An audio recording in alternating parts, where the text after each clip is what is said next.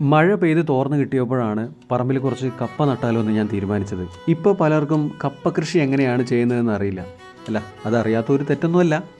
ആദ്യമേ തന്നെ പറമ്പിലുള്ള പുല്ലും ചെടികളൊക്കെ വെട്ടി ചെറിയൊരു കൂമ്പാരമാക്കി അതിൻ്റെ മുകളിലേക്ക് മണ്ണ് വെട്ടി കയറ്റണം. എന്തുകൊണ്ടാണ് ഞാനിങ്ങനെ ചെയ്യുന്നതെന്ന് വെച്ചാൽ ആ പുല്ലും ചെടികളൊക്കെ മണ്ണിൻ്റെ അടിയിൽ കിടന്ന് അളിഞ്ഞ് കപ്പയ്ക്കൊരു അടിവളമായിട്ട് മാറും.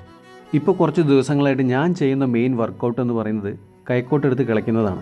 എൻ്റെ അഭിപ്രായത്തിൽ ഏറ്റവും ബെസ്റ്റ് ആയിട്ടുള്ളൊരു കാർഡിയോ വർക്കൗട്ടാണിത്.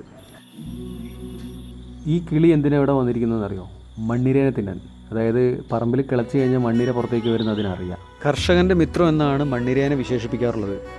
ചിലർക്ക് മണ്ണിരയോട് അറപ്പാണ്. അങ്ങനെ അറപ്പ് കാണിക്കേണ്ട കാര്യമൊന്നുമില്ല. എനിക്ക് ഏകദേശം എൻ്റെ ശരീരത്തിൽ നിന്ന് ചിലവാവാൻ സാധ്യതയുള്ള കാലറി ഒരു 10,000 കാലറിയാണെന്ന് കൂട്ടാം. അങ്ങനെയാണെങ്കിൽ നമുക്കിതിൽ നിന്ന് റിട്ടേൺ കിട്ടാൻ പോകുന്ന കാലറീസ് എന്ന് പറയുന്നത് ഒരുപക്ഷെ 10 ലക്ഷത്തിൽ കൂടുതലായിരിക്കും. ഏകദേശം ഒരു 7-8 ദിവസം അധ്വാനിച്ചതിൻ്റെ വീഡിയോ ആണിത്. അല്ലാതെ ഒരു ദിവസം കൊണ്ട് ഞാൻ 10,000 കാലറി ചിലവാക്കിയതല്ല. അങ്ങനെ ചിലവാക്കുകയാണെങ്കിൽ എന്നെ കുഴിയിലേക്ക് എടുക്കേണ്ടതായിട്ട് വരും. പിന്നെ ഈ 10,000 കാലറി എന്ന് പറഞ്ഞത് ഞാനൊരു ആലങ്കാരികമായിട്ട് പറഞ്ഞതാണ്. ചിലപ്പോൾ അതിൽ കൂടുതലായിരിക്കാം, അല്ലെങ്കിൽ അതിൽ കുറവായിരിക്കാം.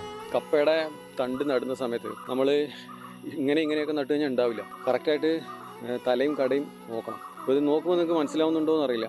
ഇതിപ്പോൾ ഞാൻ തലതിരിച്ച് പിടിച്ചിരിക്കുന്നത്. ഇത് ഇവിടെ ഒരു ചെറിയൊരു മുട്ട് വന്നിട്ടുണ്ട്. ഇങ്ങനെ നട്ടാലാണ് മുളയ്ക്കുള്ളൂ. തിരിച്ച് നട്ടാൽ മുളയ്ക്കില്ല. പറമ്പിൽ ഒറ്റയ്ക്ക് നിൽക്കുന്നതുകൊണ്ട് കമ്പനിക്ക് ഒരാൾ വന്നിട്ടുണ്ട്. അങ്ങനെ ഞാൻ വെട്ടിയെടുത്ത തണ്ടുകൾ ഓരോന്നായിട്ട് കൂനയിൽ നട്ടു.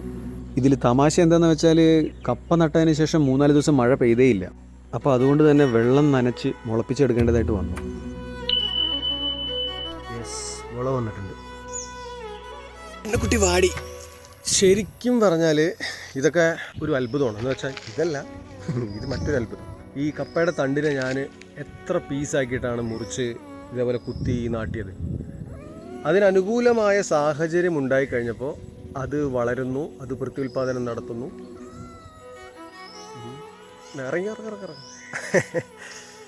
അപ്പോൾ ഈ അറിവ് എവിടുന്നാണ് കിട്ടുന്നത് എന്ന് ആലോചിക്കുമ്പോൾ മൊത്തത്തിൽ എന്തോ ഒരു അല്ലേ